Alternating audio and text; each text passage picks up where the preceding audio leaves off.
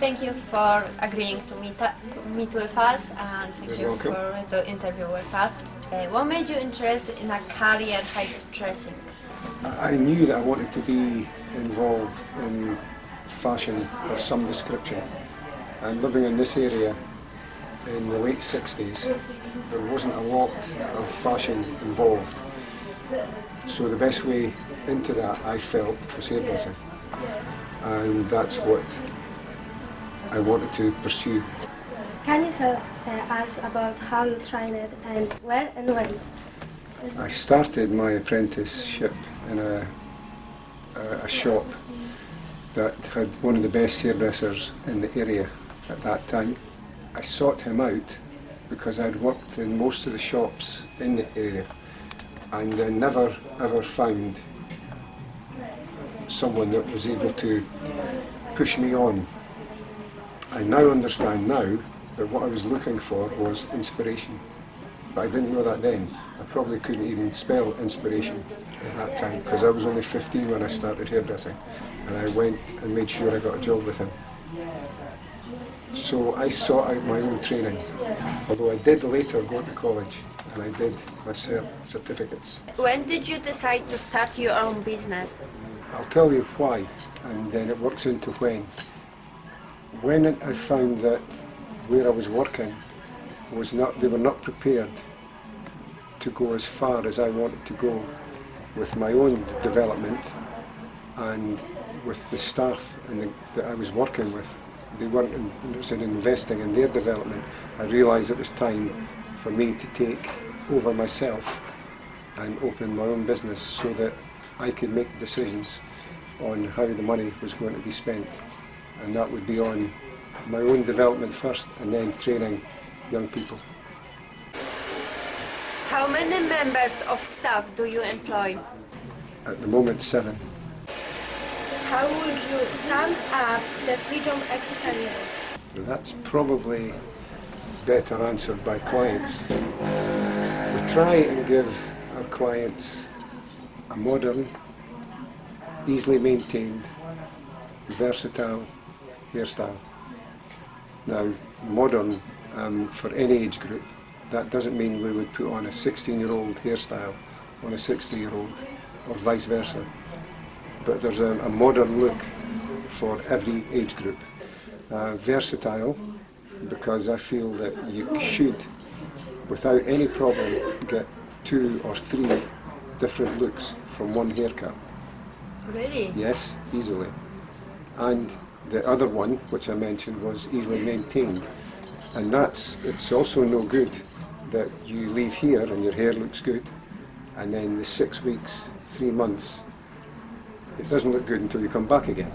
So what we try and do is educate you and teach you how you could maintain your hair at home. What is your advice for someone waiting a career in hairdressing? To be prepared to work hard, even harder than you think you're going to work, and don't expect it too soon. The college is one of your options. The best way to do it is to couple that with working in a salon like this. You saw what it was like when you came in.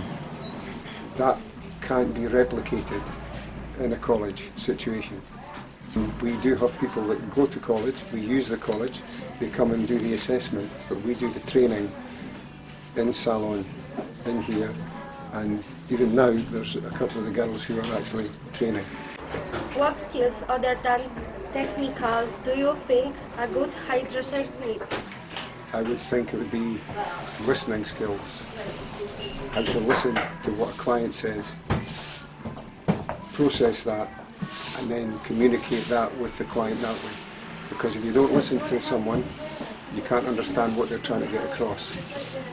You need to use photographs. We use an iPad constantly because you can't just communicate a look with words. If you lived in Inverness and wanted to come here to get your hair done and you made an appointment, we would probably email you, ask you to send a photograph of your hair, ask you what you would like done, and then we would send you photographs. You would then have a photographs to look at. You could decide, don't like that, don't like that, like that. You would send us back. It may trigger off something in your mind. Then you could then send us photographs, and before we even meet, we'll have a conversation going. Can you tell us about some of the charitable projects you have been involved with in the Kalczak area?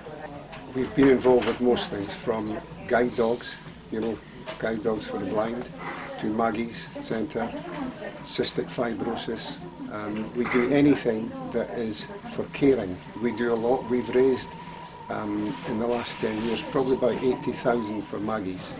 We are interviewing you as part of our ESOL project. Do you have links with any other students, staff or departments at Dundee and Angus College? Yes, many of the hairdressing staff, teaching staff, I have trained or developed them. They're now working there teaching students. So I have a lot of links and I'm still friendly with them. We work closely with Angus Hairdressing Department. We also work with the art section as well. From time to time we have had art projects in here because you can see that we do artwork. This is like a gallery too. This artwork is this lady's artwork, and then in 6 weeks we have another artist that display here. And we've had shoes in the window from one of the, I can't remember what department, but it's one of the art departments anyway. So we do have strong links with the college. And like I said earlier, they come and assess us. Dundee and Angus College assess our trainees in salon, but they are part of the college. So there's a strong link. How would you describe the employment prospects for potential hairdresser in Dundee? Not very good, because there are too many people renting chairs. Like in this salon, I employ the 7 people. We employ them here. So we are responsible for their training. Now, if we had these 7 people, individual businesses, they would not have a trainee to train. It's too expensive. So there's many places in Dundee like that. So they are not employing young people to become hairdressers. We are.